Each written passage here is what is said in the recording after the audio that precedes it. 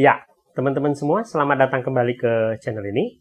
Teman-teman, hari ini kita mau membahas tentang sexual abuse yang dilakukan oleh seorang narsistik kepada pasangannya. Teman-teman, video hari ini sebenarnya salah satu video paling sulit yang saya buat ya selama di channel ini. Kenapa? Karena menggambarkan sexual abuse yang dilakukan oleh seorang narsistik ini jujur sangat menyakitkan buat saya gitu ya. Tetapi apapun itu saya tetap harus lakukan karena ini adalah bagian dari edukasi. Dan saya berharap ini bisa berguna dan menyelamatkan banyak orang, terutama kalian para korban narcissistic abuse. Ya. Nah, untuk teman-teman yang mengalami ini, ketika kalian nonton video ini, mungkin saja ini akan mengakibatkan kalian tertrigger atau rasa sakit. Ya.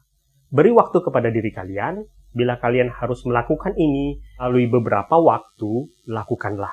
Ya. Tetapi bagaimanapun juga ini adalah bagian dari edukasi untuk menyadari luka-luka apa yang terjadi kepada kalian. Untuk kalian-kalian misalnya di bawah umur, saya berharap mungkin kalian nggak harus nonton video ini.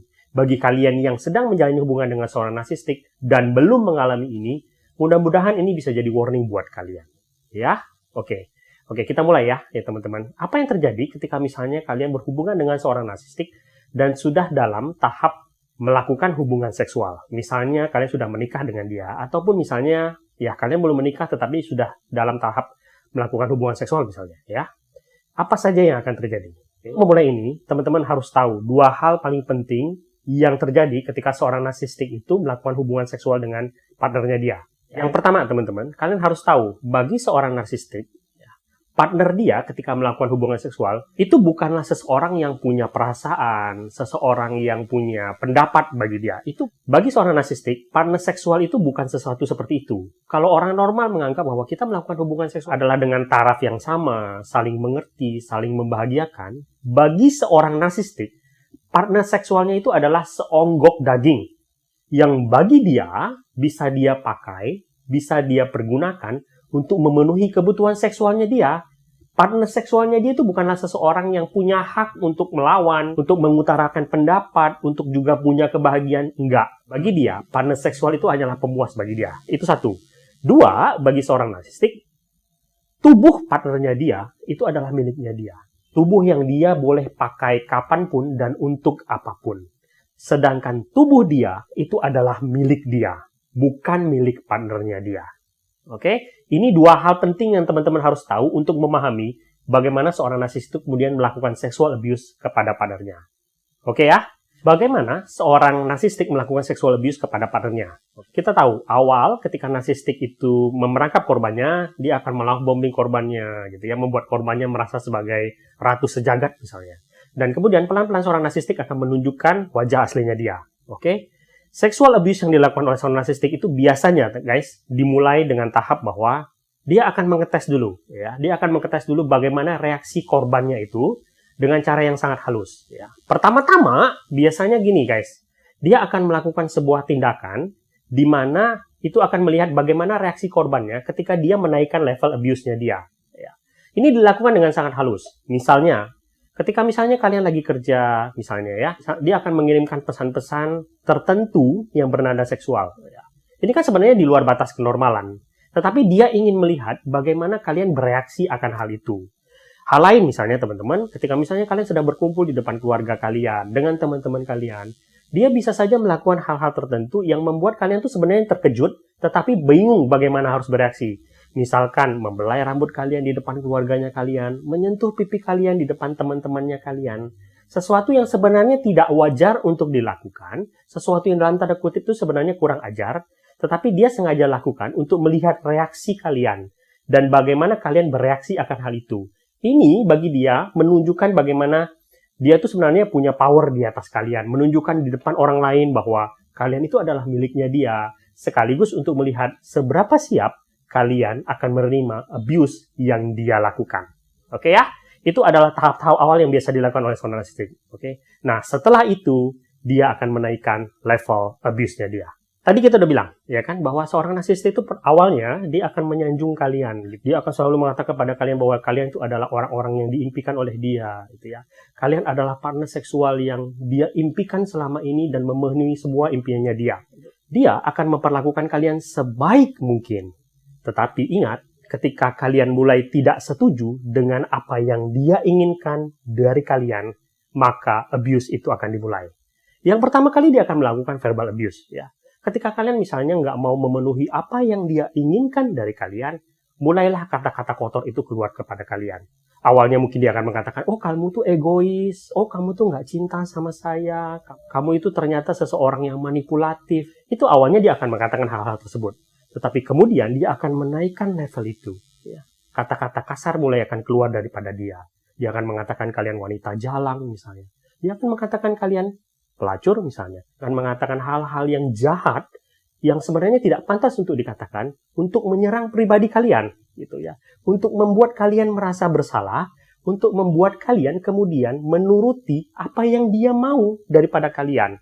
Itu verbal abuse yang biasa dilakukan oleh seorang narsistik ya, pada awalnya. Inilah yang membuat korbannya mulai merasa kehilangan kepercayaan dirinya mereka. Oke, ingat sekali lagi, seorang narsistik itu nggak peduli dengan perasaan kalian. Bagi dia, kalian hanyalah seonggok daging. Selain itu, apa yang dia lakukan? Biasanya seorang narsistik itu kemudian akan mencari tahu tentang bagaimana hubungan kalian dulu dengan pasangan kalian sebelumnya. Dia selalu ingin tahu gitu, apa yang terjadi dengan kalian dulu, apa yang kalian lakukan dengan pasangan kalian dahulu. Bukan karena dia care, bukan karena dia ingin memahami kebutuhan kalian, enggak gitu ya. Informasi itu akan dia pakai nanti pada saatnya. Dia ingin tahu segalanya tentang kalian, tapi kalian nggak boleh tahu segalanya tentang dia. Ya. Nah, informasi yang kalian berikan itu akan dia pergunakan nanti untuk menyerang kalian. Gitu. Ketika misalnya kalian nggak mau melakukan sesuatu yang dia inginkan, mulailah dia akan berkata mempergunakan info-info yang dulu kalian berikan kepada dia.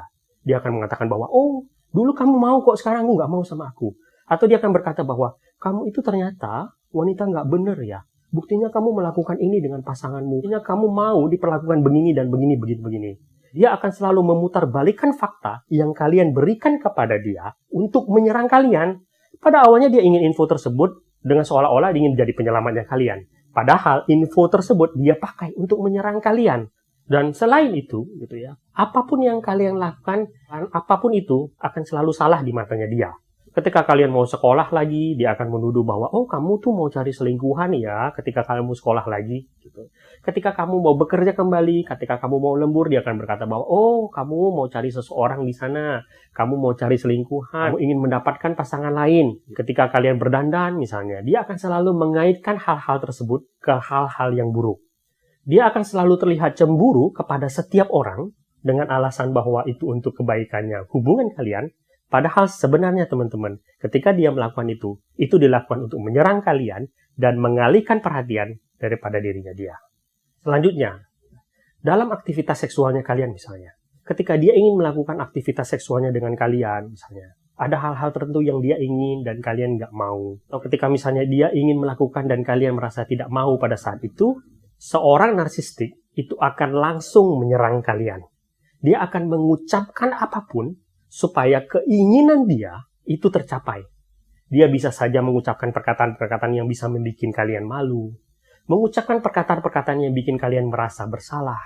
Dia juga bisa menunjukkan rasa marah yang luar biasa kepada kalian. Apapun itu, selama itu bisa membuat kalian menuruti kemauan seksualnya dia akan lakukan. Bagi seorang narsistik, ini bukan pelecehan.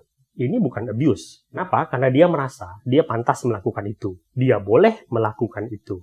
Bahkan untuk hal-hal yang sangat ekstrim sekalipun. Misalkan, kalian bertengkar, kalian berargumen. Gitu ya. Sehabis itu, dia bisa saja dengan santainya ingin melakukan hubungan seksual dengan kalian. Bagi dia, itu nggak masalah. Dan ketika kalian menentang, dia akan menggunakan segala macam cara untuk menyerang kalian. Selama itu bisa memenuhi keinginannya dia. Dan setelah itu, dia bisa pergi begitu saja meninggalkan kalian tanpa peduli perasaannya kalian.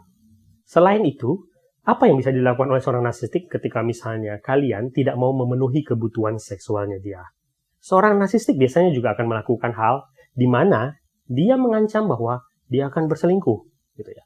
Ketika kalian nggak mau menuruti kebutuhan seksualnya dia berkata bahwa, oh aku akan mencari perempuan lain yang bersedia berhubungan dengan aku. Kalian mungkin saja termakan akan hal ini. Nah, untuk teman-teman tahu dulu, teman-teman, pertengkaran, berargumen, itu tidak menjadikan seorang pasangan itu berhak untuk berlari ke pasangan yang lain. Kalian harus ingat itu dulu. Jadi yang dilakukan oleh seorang narsistik, ini juga abuse, teman-teman. Walaupun bagi seorang narsistik, itu sah-sah saja untuk dilakukan. Dia akan mengancam berselingkuh ketika kalian nggak mau melakukan hubungan seksual dengan dia. Walaupun pada saat itu kalian benar-benar tidak bisa melakukan itu. Bahkan juga untuk hal-hal lain. Misalkan, ketika kalian misalnya kelebihan berat badan, tubuh kalian berubah misalnya. Atau ketika kalian tidak mau merubah penampilan kalian seperti yang dia inginkan. Dia bisa saja menggunakan alasan itu untuk kalian, gitu. Kamu nggak mau berubah sih.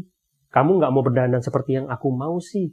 Kamu sekarang kelihatan gemuk sih. Kamu sekarang kelihatan kerempeng sih. Kamu sekarang kelihatan tidak menarik sih. Gitu. Dia bisa saja mengatakan hal itu, gitu, dan menganggap alasan dia itu benar. Padahal kita tahu itu tidak bisa dibenarkan, ya bukan? Dan bahkan teman-teman, untuk hal-hal ekstrim sekalipun, dia bisa saja mencoba mendekati teman-teman kalian ketika dia ingin memisahkan kalian dari support sistemnya kalian. Ketika dia nggak suka dengan teman-temannya kalian karena menganggap itu sebagai ancaman, dia bisa saja menggunakan taktik ini supaya kalian ketakutan dan kemudian memisahkan diri kalian dari support sistemnya kalian. Mengerikan, bukan?